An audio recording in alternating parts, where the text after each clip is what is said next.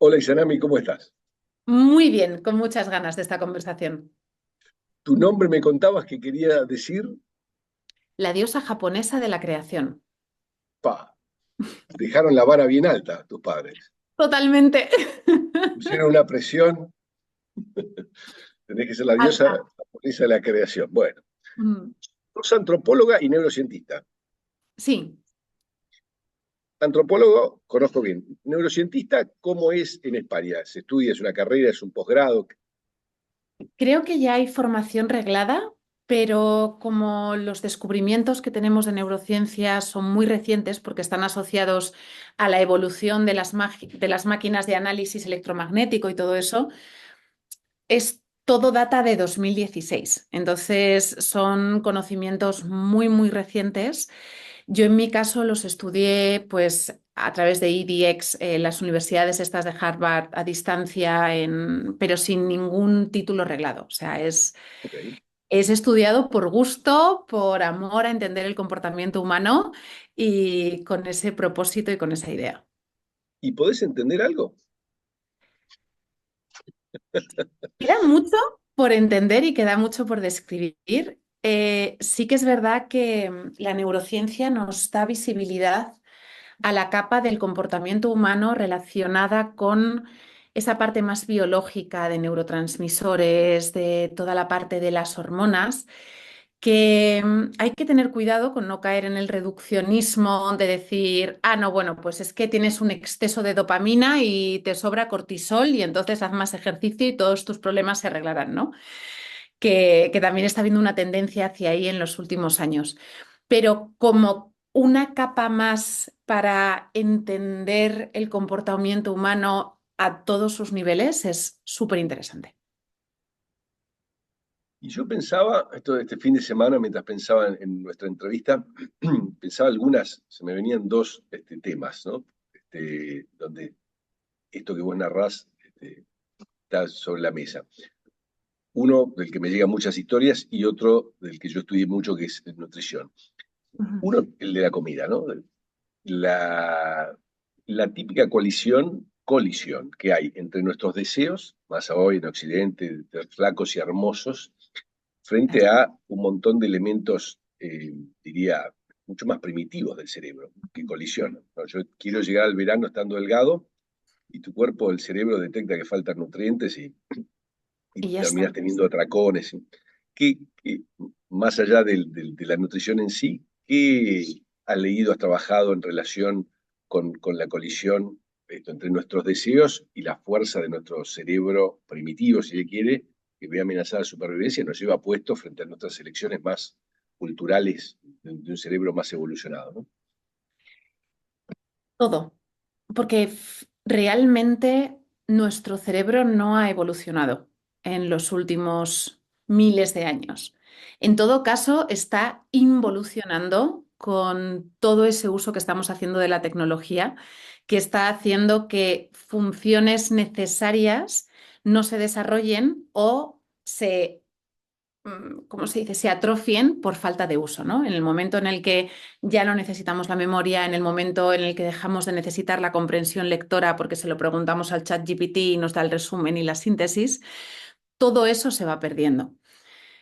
Y donde sí hay una evolución es entre los 0 y los 21 años, porque la corteza prefrontal, que es ese área más evolucionada del cerebro, que es la que domina nuestros impulsos innatos, es la que nos permite tener ese dominio propio de intentar controlar, que luego lo podemos ver en más profundidad, no comer esto si me apetece o no besar a esta persona si me apetece o no pegarle un puñetazo a esta otra si me apetece. Eso no se termina de desarrollar en las mujeres hasta los 21 años y en los hombres hasta los 25 más o menos. Y ahí nos pasamos la infancia de nuestros hijos intentando que gestionen sus rabietas y nuestros adolescentes cuando no tienen la capacidad cognitiva de hacerlo. Y el problema es que todo lo que nos va pasando durante la infancia, la adolescencia y la primera juventud va moldeando la capacidad que vamos a tener en la adultez, sea, ¿cómo se desarrolla eso? Porque podemos tener un potencial de que se desarrolle perfecto, pero en función de lo que nos vaya pasando, pues se desarrollará mejor o peor y seremos adultos más o menos funcionales. En función de lo que nos vaya pasando, ¿a qué te referís? Te entiendo, pero nombralo, enuncialo. Sobre todo, todo lo que está relacionado con miedo, con vivir en entornos en los que sentimos que nuestra aceptación o validación o incluso integridad física, mental y emocional está en peligro. Y la sensación de indefensión. Hay estudios muy interesantes que ven que el nivel del estrés postraumático no tiene tanto que ver con el dolor o la incidencia que tuviera el evento traumático, sino con la sensación percibida de indefensión. Hicieron un estudio muy chulo con niños que habían sobrevivido al 11S y les pidieron que hicieran dibujos, ¿no? Perdón, ¿que habían sobrevivido a qué? Al 11S, al 11 de septiembre. Ah, ok. Y, o sea, los niños obviamente no estaban en las Torres Gemelas, pero sí en los edificios que había alrededor, que había casas, iban a los colegios, tal.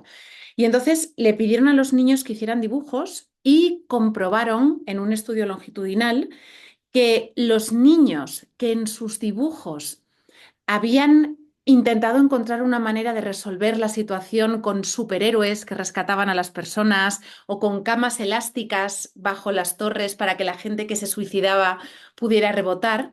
Esos niños que su cerebro encontró la manera de resolver la situación no presentaron absolutamente nada de estrés postraumático, pero los que sintieron que no habían podido hacer nada para evitar el sufrimiento, sí.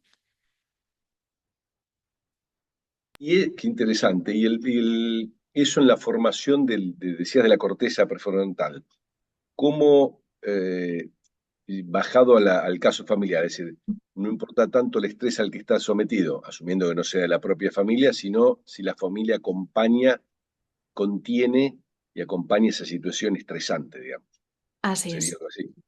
Así Y, y que el niño sienta que tiene algo que decir y que puede resolver algo, que puede ayudar, que si le viene alguien a hacer algo malo, él tiene la capacidad de huir o de luchar de manera efectiva.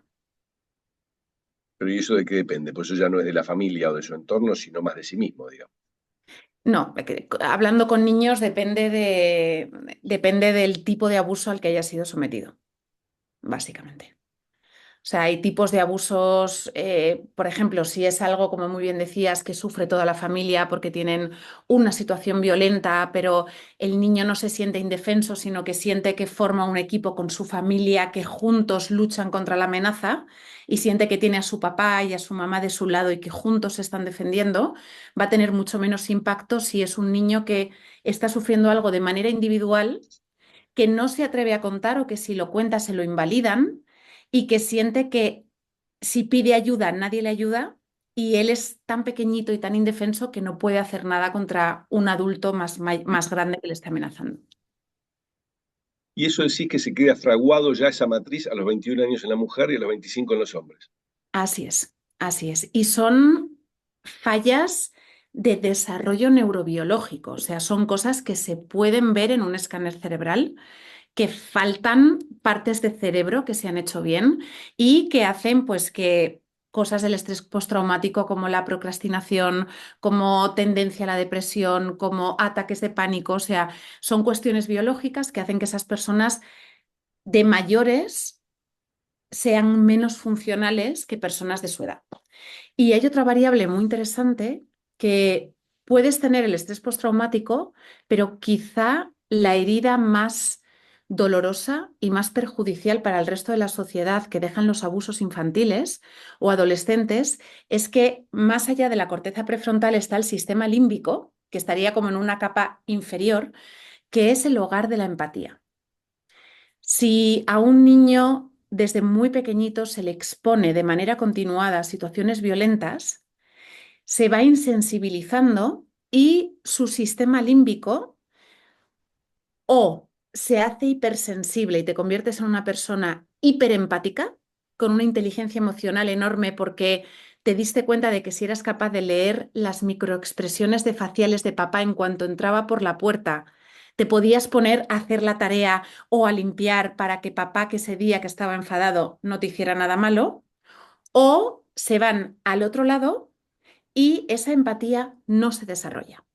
¿Y qué ocurre cuando esa empatía no se desarrolla a nivel biológico? Que tenemos adultos con trastorno de la personalidad narcisista en un grado o en otro, que son adultos que son incapaces de sentir una empatía con los demás, sí sienten empatía cognitiva, o sea, sí son capaces de saber cómo le puede estar haciendo sentir esto a la otra persona, pero no son capaces de ponerse en sus zapatos y por lo tanto no sienten compasión. Interesante. Mm. Dos preguntas que me surgen. La primera es, cuando hablas de abuso, ¿cuáles son los abusos más comunes a los que te estás refiriendo? Pues lamentablemente es el abuso sexual a menores. Es una realidad de la que se habla muy, muy, muy poquito, pero que las estadísticas dicen que 1 de cada 4 adultos ha sufrido abusos sexuales durante la infancia. Que se cuenten, que se comuniquen. Siempre que hablamos de datos de temas como abusos sexuales, como violaciones, como prostitución, como normalmente hay un porcentaje grande de casos que no salen a la luz. Primero porque muchas víctimas o muchos familiares de las víctimas no quieren pasar al niño o a la niña por un proceso judicial que le vaya a revictimizar, entonces se guarda silencio, no se dice nada y se corre un tupido velo. Y en otras ocasiones porque estos abusos, cuando un cerebro pequeñito se enfrenta a una situación muy violenta, en muchas ocasiones el cerebro lo que hace es producir amnesia para proteger la conciencia de ese dolor. Entonces, hay muchos casos de abusos sexuales que vuelven al cerebro con 30, 40, 45 años, cuando el cerebro determina que ya estás preparado para procesar esa carga emocional que lleva acumulando todo ese tiempo.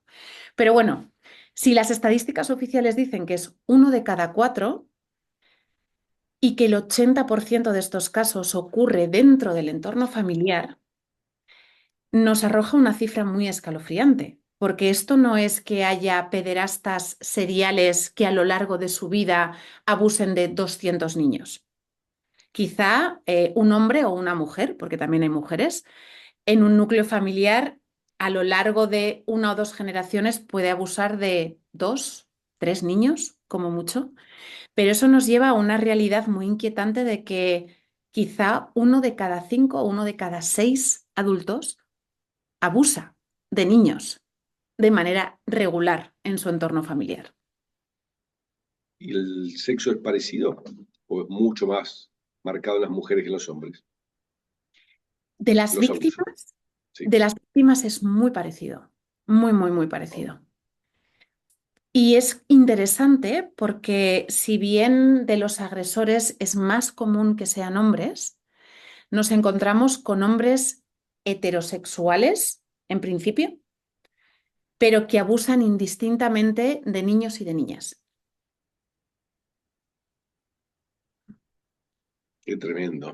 Es horrible, es absolutamente terrorífico, es terrorífico. Y abusos, eso es 1 de cada 4. Los otros 3 de cada 4, ¿qué tiene que ver? Con abusos emocionales, Sí, violencia por los padres que están enojados, crisis, falta de trabajo. así es.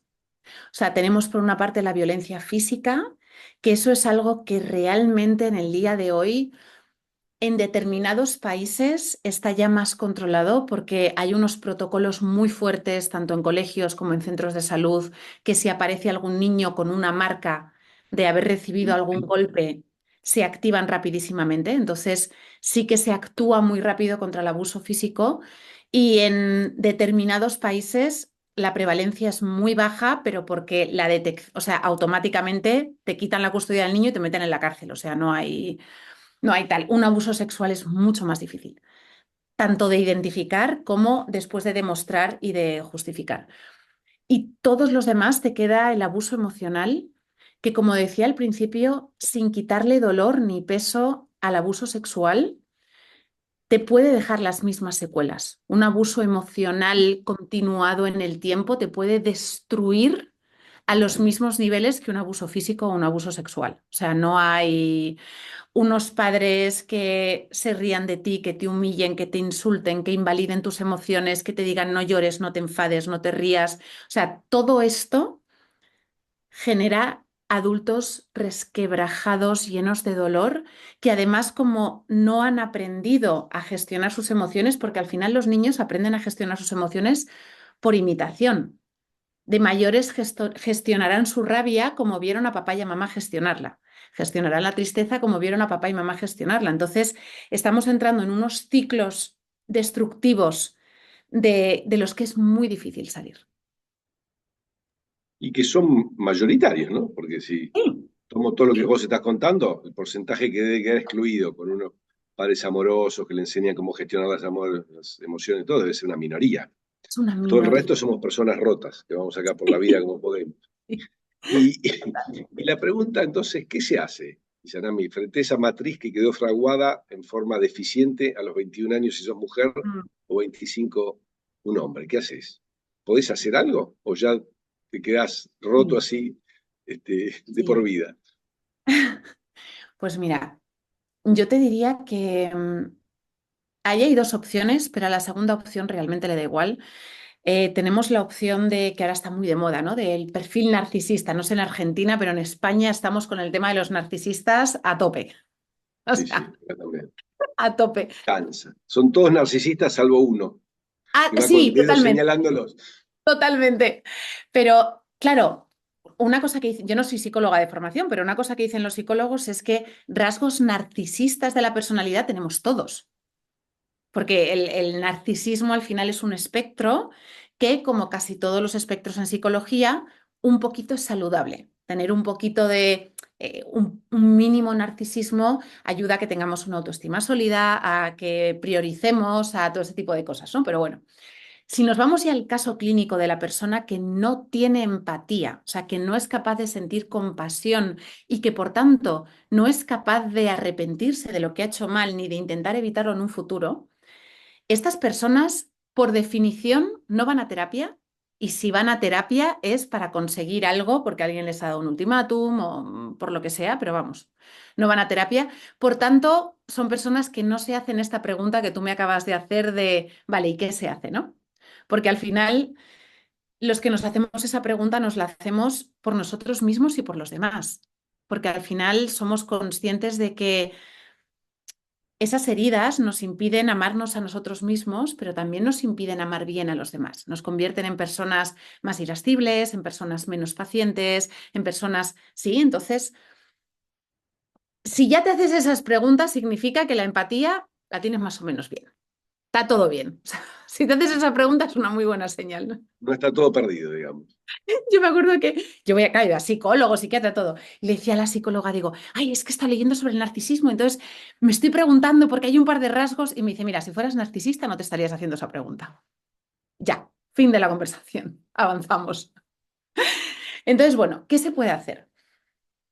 Como decíamos al principio, hay varias capas y además es como una matriz, ¿no? Porque por una parte tenemos, ¿cuál es tu entorno ahora mismo? Porque hay personas que han salido de ese entorno de abuso, que han cortado relación con la familia o que por lo que sea ya no están en ese entorno o porque la situación se solucionó, pero hay personas que siguen estando en contacto con quien les abusó a diario o mensualmente o anualmente, ¿sí? O sea, yo conozco mujeres que todos los domingos se siguen sentando en la mesa con el hombre que las violó cuando eran unas niñas.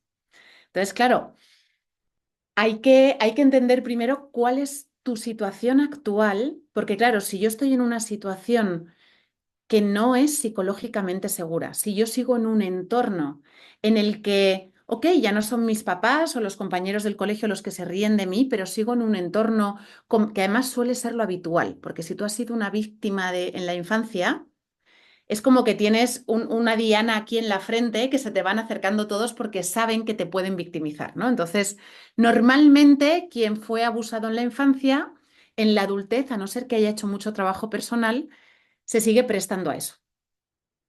Claro, si tú sigues en un entorno así, puedes ir al psicólogo, puedes ir al psiquiatra, te puedes medicar, puedes empezar un proceso de crecimiento espiritual, lo que quieras, pero es muy injusto poner toda la responsabilidad y todo el peso de estar bien en la víctima.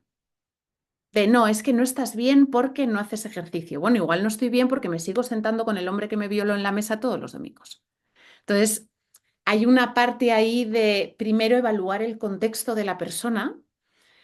Si es necesario sacar a la persona de ese contexto en el que está siendo abusada aún a día de hoy, y a partir de ahí hay capas de reconstrucción. Está la capa de reconstrucción física, necesariamente esa cronificación de estado de hipervigilancia ha tenido una desregulación en su sistema nervioso, entonces será de estas personas que oyen un ruido así y se sobresaltan o tendrá problemas en el sistema inmunitario o mil cosas, ¿no? También está la parte psicológica de terapia, está la parte de inteligencia emocional, probablemente está la parte de psiquiatría de que necesite determinadas medicinas para recuperar la funcionalidad, para que todo lo demás funcione. O sea, yo en mi caso, hasta que yo no me empecé a tomar el antidepresivo, no pude salir de la cama y hasta que no pude salir de la cama no pude ir a la terapia con la psicóloga. A veces tienen su función, ¿no? Pero para mí es algo multifactorial. O sea, hay que atacar todo porque si el individuo lo hace todo bien, pero se sigue manteniendo en un entorno inseguro, pues no se arregla nada. ¿Lo que hablaste de tu propia depresión era metafórico o era real? Es literal, literal, Ah, literal, real.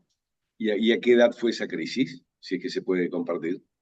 Bueno, yo llevo con depresión recurrente desde muy pequeñita, o sea, desde muy, muy, muy pequeña, muy, muy, muy pequeñita. Y con ansiedad generalizada, o sea, pues al final este cuadro de estrés postraumático lo llevo arrastrando toda la vida, toda la vida.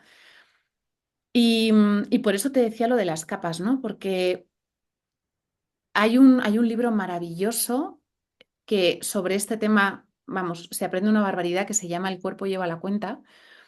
Y este libro te explica muy bien cómo se escribe en el cuerpo el trauma. Porque claro, hay traumas que incluso nos ocurren antes de hablar, antes de desarrollar el lenguaje. Entonces, si el cerebro no tiene lenguaje, luego no hay memorias, no puedes recordar porque no tienes palabras para recordar lo que te pasó. Entonces, es algo muy complejo, pero a la vez el cuerpo encuentra maneras de expresar ese dolor que suele ser somatizándolo a través de depresión, a través de ansiedad, a través de todo ese tipo de cosas. Yo es algo que fui ignorando, pues hacía mis terapias, mis cosas, mis tal, pero es algo que nunca me tomé en serio porque como también siempre había estado así, yo pensaba que eso era lo normal, ¿no? Cuando ya llegó el punto, este verano, no, el anterior, de literal no poder salir de la cama, ya. Pero además es que cuando te dicen, no, es que no puedo salir de la cama. Yo pensaba que era como que no, estoy cansada. No, Perezoso. no se mueve el cuerpo. O sea, es como si tuvieras una anestesia. ¿Sabes cuando te levantas de una anestesia de que te han operado una rodilla y dices, muévete? Y no se mueve. Es literal, o sea, es como el sistema nervioso se desconecta y no puedes mover tu cuerpo. O sea, es una cosa fisiológica. Y entonces ahí yo empecé un proceso que empezó por la medicación, porque en el punto en el que yo estaba sin medicación no era funcional, me daban 6 ataques de ansiedad al día, o sea, estaba totalmente desregulada. La medicación me permitió recuperar la funcionalidad suficiente como para empezar todo el trabajo de terapia psicológica y de terapia psiquiátrica. Y ese trabajo de terapia psicológica y psiquiátrica me permitió tener la visibilidad de qué cosas seguía viendo en mi entorno que necesitaba cambiar. Y cuando tomé esa conciencia, fue la parte espiritual la que me ha dado la fortaleza para hacerlo. Y ahora estoy bajando la medicación. O sea, esa medicación que en su momento me sacó de la cama literalmente, porque no me podía mover, ahora que ya he hecho ese proceso psicológico, psiquiátrico y estoy en esa fase ya más espiritual, estoy pudiendo bajar esa medicación, pero haciendo algo 360. O sea que como siempre pasa, haber estudiado antropología y después neurociencias es es tu propia búsqueda, digamos. Totalmente, totalmente. O sea, y además, o sea, yo lo que divulgo son las cosas que yo estudié para entender lo que me pasaba a mí. O sea, es, uy, esto no sé por qué lo hace. Es muy poco altruista. Yo he estudiado lo que he estudiado y me he leído todos los libros y me he hecho todos los cursos porque yo no entendía lo que me pasaba. Y volviendo te preguntaría 1000 horas, pero preservo también tu intimidad. Volviendo al tema de esto que a mí me interesa mucho frente a nuestras creencias, ¿no? Puse el ejemplo de la comida, ahora vamos a pasar al del sexo, que veo, ¿no? Como fuente de sufrimiento entre nuestros deseos, que están muy impregnados por el medio cultural, esto, Mm, tengo que estar flaco en forma, y después las pulsiones que tenés que son mucho más poderosas, y que visto con un poco de perspectiva decís, no hay ninguna chance que la parte evolucionada de mi cerebro, que pretende que llegue al verano con un cuerpo esbelto para ir a la playa, le gane a la parte del cerebro primitivo que ve amenazada su supervivencia por las pocas calorías que estoy comiendo. claro. ¿Cómo ves vos ese desequilibrio que, a mi modo de ver, se manifiesta bastante en nuestros tiempos por cosas que establecemos culturalmente, pero que en el fondo son tan débiles frente a regiones del cerebro que son mucho más poderosas porque se juega o entiende que se juega nuestra vida, nuestra supervivencia? Claro, es que estamos operando con un cerebro que no está diseñado para este entorno. O sea, este entorno que tenemos de tener comida a 2 pasos, temperatura estable, luz artificial, o sea, esto es estadísticamente irrelevante a nivel histórico e incluso a nivel actual. O sea, esto de poder bajar las escaleras y comer es una bendición que tiene muy, o sea, tenemos un porcentaje muy pequeñito de la población, ¿no? Y se nos olvida. Y tenemos un cerebro que está diseñado para ayudar a los niños a sobrevivir, porque lo normal en un entorno natural es que entre los 0 y los 5 años el 50% de los niños muera, no pase de los 5 años, en el que morir de hambre es una posibilidad real, en el que morir por violencia es una posibilidad real. Lo de la comida es muy interesante porque nuestro cerebro está diseñado para hacernos sobrevivir con comida de verdad. Fíjate qué interesante que antes de que ultraprocesáramos todos los alimentos, solo estaban dulces las frutas. Si tú lo piensas, si te quitas todo lo que viene en paquete en el supermercado, lo único dulce son las frutas. Y las frutas por diseño traen la cantidad de fibra necesaria para contrarrestar el pico de insulina que nos daría la fructosa, porque no se hacían jugos de naranja antes, te comías la naranja entera.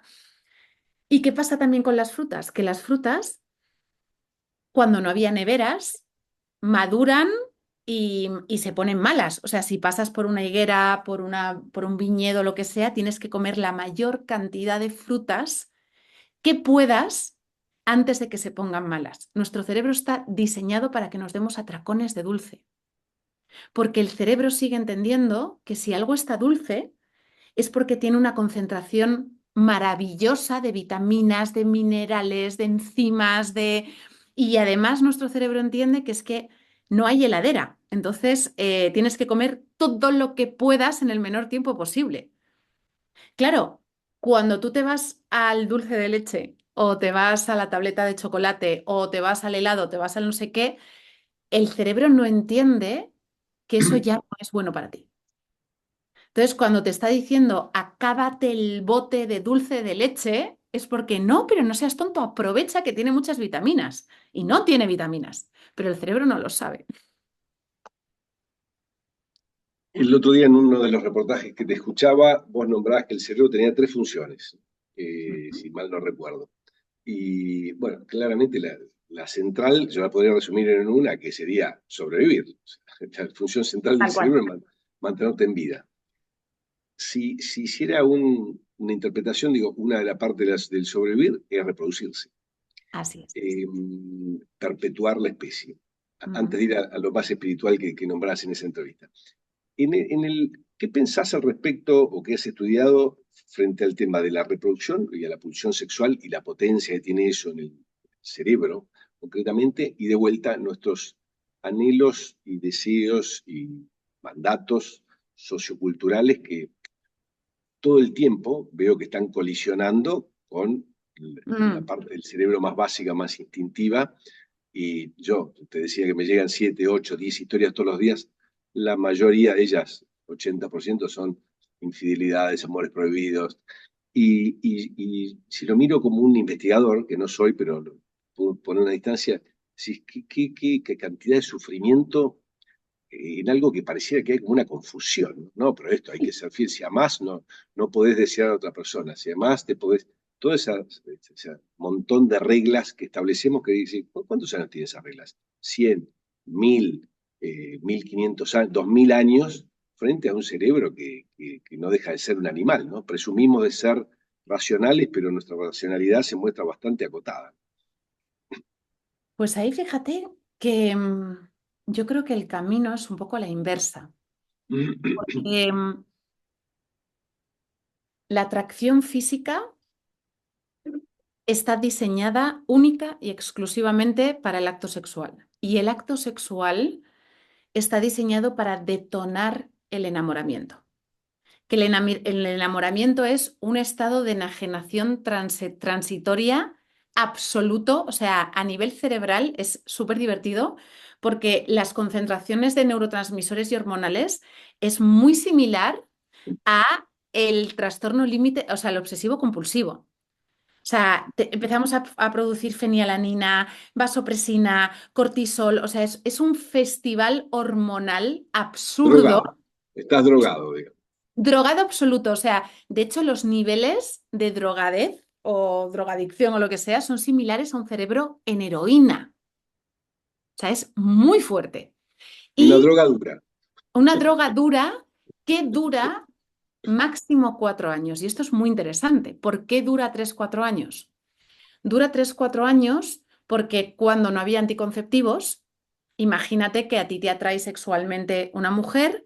Esto es muy interesante porque hay indicios en los que biológicamente nos hace pensar que los seres humanos estamos diseñados para la monogamia.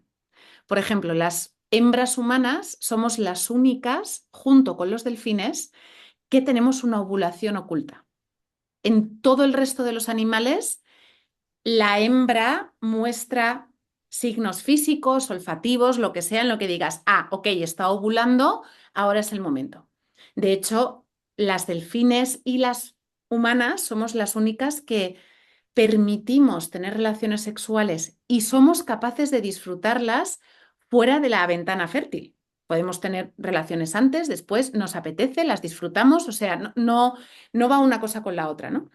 Y los científicos lo que creen es que esto tiene que ver con fomentar la monogamia. Si yo no sé si visualmente esta hembra está ovulando, tengo que intentarlo muchas veces a lo largo del mes porque no estoy seguro de si estoy entrando en el momento correcto o es dentro de 3 semanas. Entonces, ¿qué pasa? Que cuanto más lo intento, más oxitocina genero, cuanto más oxitocina genero, más apego emocional creo. Y tiene sentido porque los bebés humanos son los bebés que más tiempo tardan en ser autónomos. Entonces, una mujer, idealmente y biológicamente, y aquí todo el mundo se enfada mucho cuando digo esto, pero es así, idealmente el diseño es que cuando el bebé nace, la mujer esté con el bebé, que todo su trabajo sea estar con el bebé, darle el pecho al bebé, cuidar al bebé, dormir cuando duerme el bebé. Y para que eso sea posible, necesita a un hombre al lado que provea tanto a nivel de recursos como a nivel de seguridad. Pues imagínate, en mitad del campo, del desierto, donde sea, necesita un hombre que les cuide a todos los niveles para que ese bebé tenga más posibilidades de sobrevivir. ¿Cómo me aseguro yo de que un hombre y una mujer estén juntos 3, 4 años, aunque tengan sueño, aunque tengan hambre y aunque se lleven mal, para que ese bebé sobreviva? A través del enamoramiento? O sea, ese estado de locura transitoria, el propósito que tiene es que el bebé que tengan esa pareja tenga más posibilidades de sobrevivir. Ahora, ¿qué pasa? Que cuando antes se hacía todo al revés, las parejas eran mucho más longevas. por varios motivos. Si ahora tú y yo empezamos una relación, nos enamoramos, tal, no sé qué, pu, pu, pu, pu, pu, pu, pu, pu, pu, a los 4 años, inevitablemente, cuando terminen esas hormonas, no nos conocemos. Yo no sé quién eres tú y tú no sabes quién soy yo. Porque como lo primero que hicimos fue mantener una relación sexual que detonó un proceso neuroendocrino que nos cegó a los dos por completo, sí, más o menos sabes, pero es esto de, ay, es que se nos acabó el amor. No, es que nunca, no te has amado todavía. Igual te das cuenta de que no tienes nada en común con esa persona, que ni siquiera la elegirías como amiga, que lo único que había era atracción sexual y un enamoramiento de verle súper bien, pero luego se acaba todo eso y dices, pues si es que ni nos gusta la misma música, ni tenemos los mismos intereses. ¿Quién es este tío? Sí. Entonces, claro, antes, cuando la relación sexual venía al final de un cortejo, depende de la cultura, más, menos largo, pero que por lo menos te daba tiempo a establecer unas bases de, vale, oye, pues tengo una buena comunicación con este hombre, nos interesan las mismas cosas, tenemos el mismo sentido del humor. Cuando se pase la hormonada, vamos a seguir sabiendo quién somos. Y en los casos que, porque lo único que pongo en crisis de lo que estás contando es que muchas veces las personas nos enamoramos antes de tener relaciones sexuales. Ujú, así es.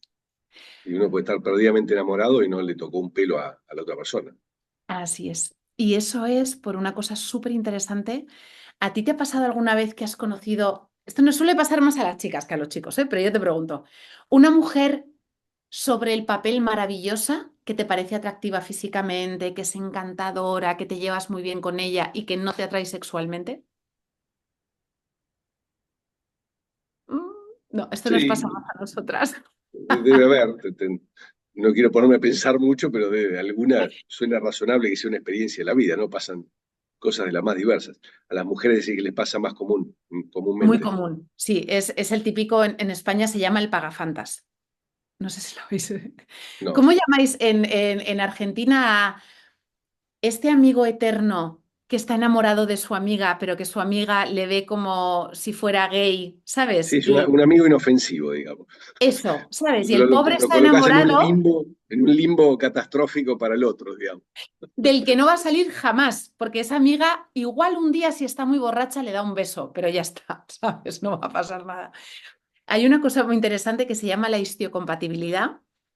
A través de las feromonas, que los humanos también producimos feromonas, es muy interesante porque a través de las feromonas se transmite el antígeno leucocitario humano, que es el que da la información sobre tu, ¿cómo se llama? Tu sistema inmunitario. Entonces, imagínate que tú y yo nos solemos y tú tienes un sistema inmunitario súper potente a nivel respiratorio, por ejemplo, y yo tengo un sistema inmunitario también muy potente a nivel respiratorio. No va a haber atracción sexual. Ahora, si nuestros sistemas inmunitarios son muy distintos, cuanto más diferentes sean nuestros sistemas inmunitarios, más atracción sexual va a haber y más vamos a disfrutar de las relaciones sexuales porque evolutivamente dices, ostras, es que los hijos que vamos a tener van a defenderse mucho mejor de lo demás. Y son muchas capas, porque luego esa es la capa de feromonas. Luego viene la capa de los traumitas y las heridas de la infancia. Ay, es que se parece a mi papá. Y como mi papá no me dio la atención de pequeña, de tal, de tititi, tititi, y le metes la capa. Y además es que socialmente, en la cultura en la que vivo, es súper importante que el hombre, yo qué sé, sea muy alto. Pues es que encima es muy alto y encima tiene un coche y encima tiene mucho dinero y encima, sí. Y ahí vas tú construyendo a partir de la histiocompatibilidad, pero vas construyendo capas psicológicas, capas sociales, capas culturales, capas inconscientes de trauma, tú, pero que nada de eso tiene que ver con qué relación tienes tú con esa persona. ¿Tenéis afinidad intelectual? ¿Tenéis afinidad espiritual? A nivel de inteligencia emocional, ¿os entendéis? ¿Tenéis el mismo sentido del humor? Que son las cosas que luego te garantizan un matrimonio o una relación de pareja estable y larga en el tiempo. Porque sin todo eso, o sea, claro, a ti se te acaba el subidón, miras a la persona que tienes al lado y dices, no, no, o sea, yo quiero más. Y de ahí vienen las infidelidades. Ese era el punto que quería cerrar antes de pasar a otro tema. ¿Cómo explicás bajo eso la epidemia de infidelidades? Mm. ¿Qué explicación hay para algo que es de unos porcentajes altísimos? Altísimos. Pues ahí hay, yo te diría, dos cosas. La primera cosa es que, claro, como ahora normalmente primero nos acostamos, tenemos relaciones sexuales y luego, si eso nos hacemos pareja, que lo estamos haciendo todo al revés, hemos identificado el amor con el enamoramiento. O sea, culturalmente, y además las películas nos lo refuerzan continuamente, que es que el amor es esa etapa de 3, 4 años de enamoramiento, de idealización, de las mariposas en el estómago, del subidón emocional, tú. Y entonces, cuando eso se te acaba, lo que te dice el mundo es, no, no, es que tú tienes derecho a volver a sentir eso.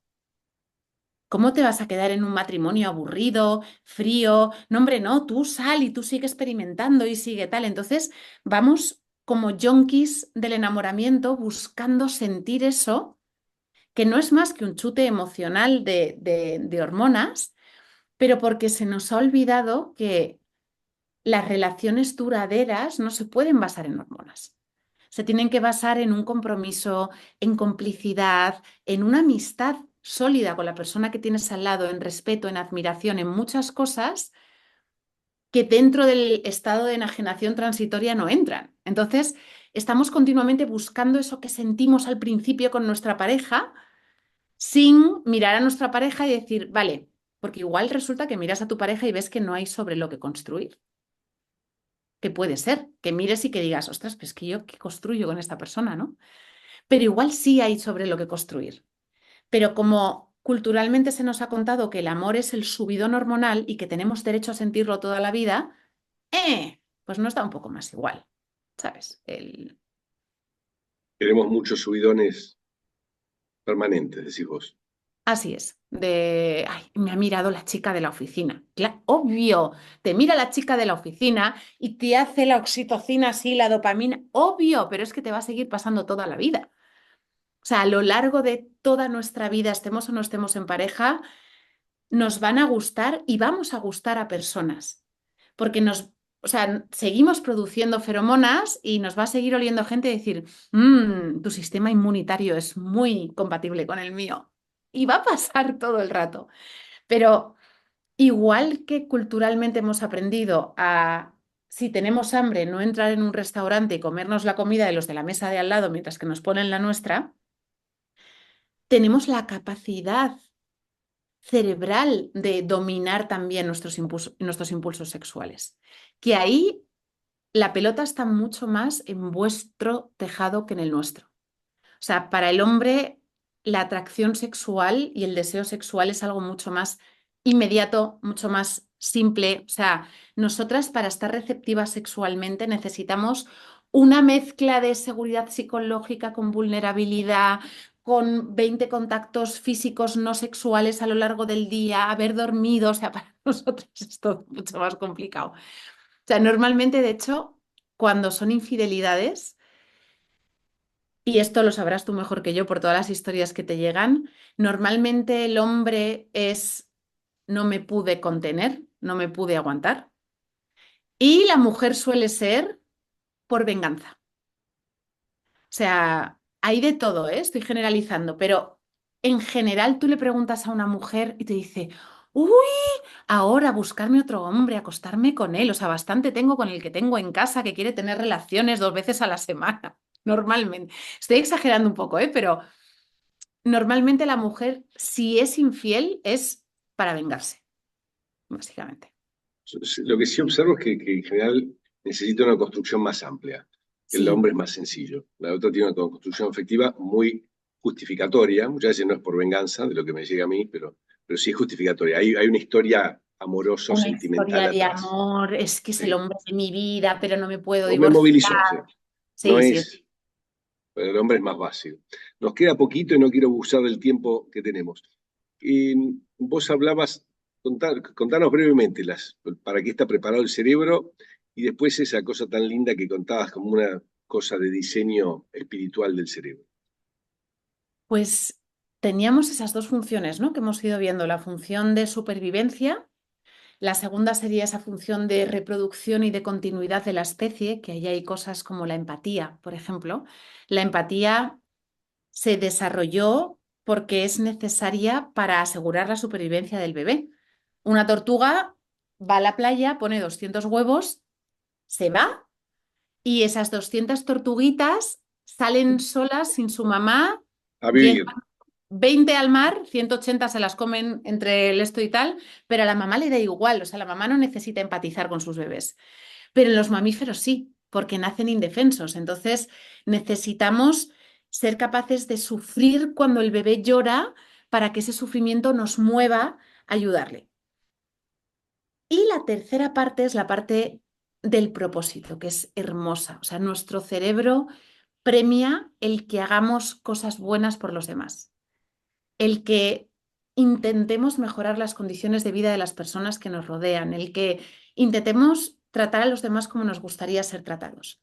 O sea, hay una cosa hermosa en eso de que recibir un regalo me hace sentir dopamina, que es como una cerilla, pero prepararle una fiesta sorpresa a un amigo, organizarlo con tiempo, encontrar el regalo perfecto, solo de imaginarte de la ilusión de su cara. Sí, o sea, eso te motiva mucho más a que te regalen a ti un libro que querías desde hace mucho tiempo. Sí, entonces es hermoso porque nuestro cerebro está diseñado para hacernos sentir muy bien cuando ayudamos a los demás.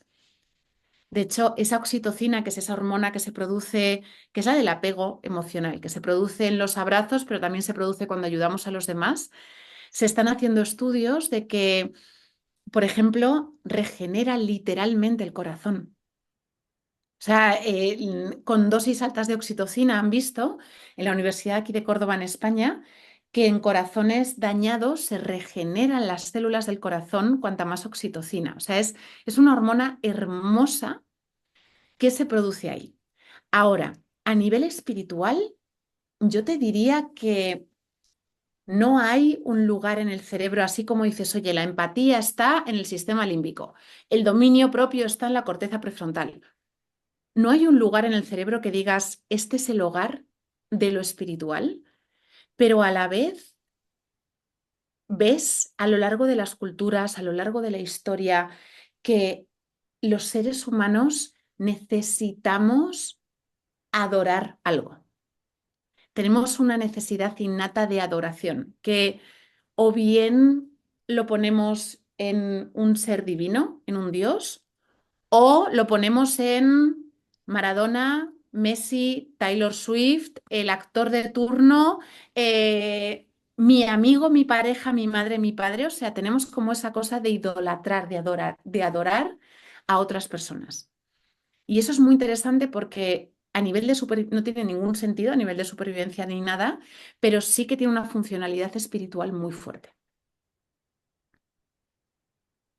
Bueno, hermoso. ¿Algún tema relevante que hubiéramos omitido dentro de tantas cosas que te parece que valdría la pena agregar?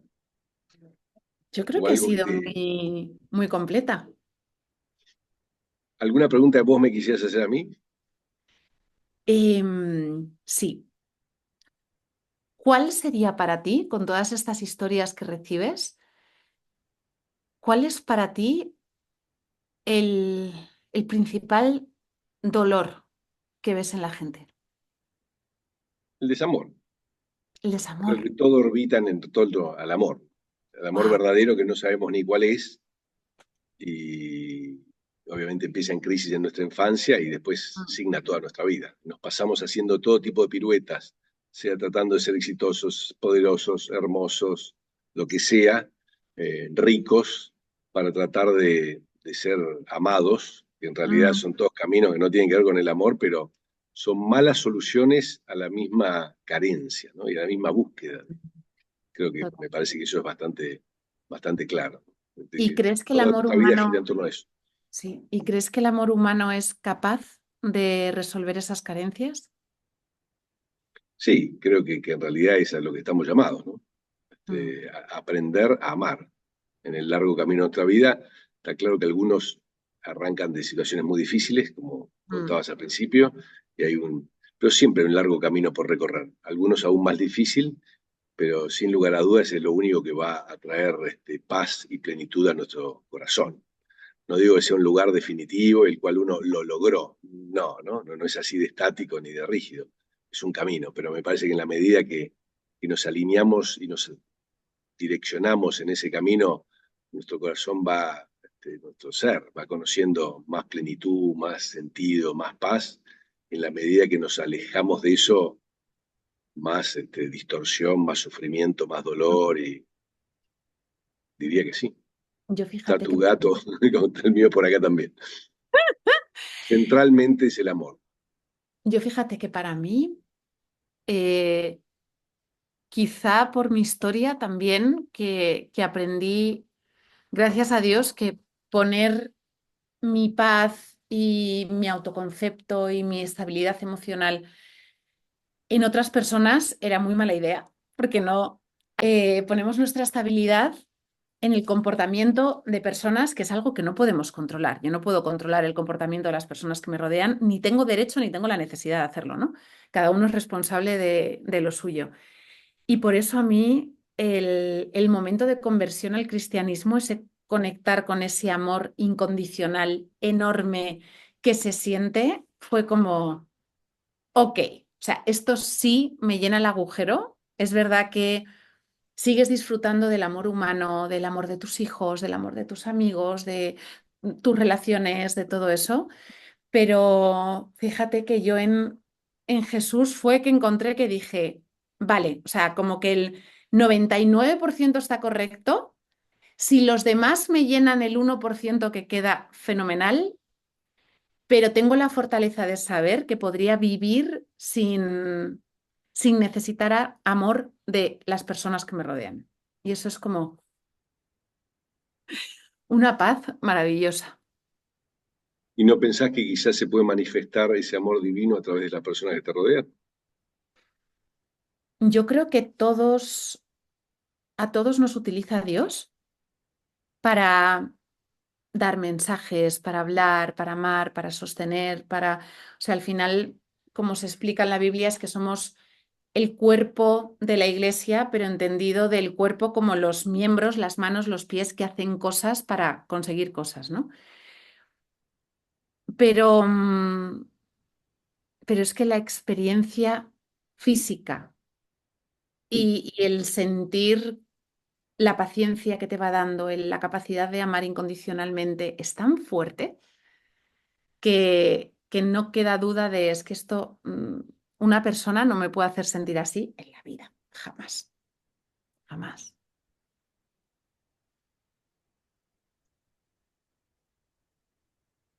Ahí te Bueno, lo dejo.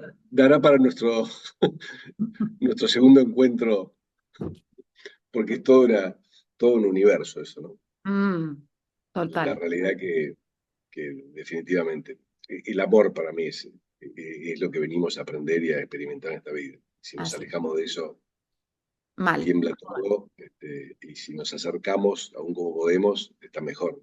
sí, tal cual. Bueno, y Sanami, un placer conversar este ratito contigo. Gracias por tu tiempo y Igualmente.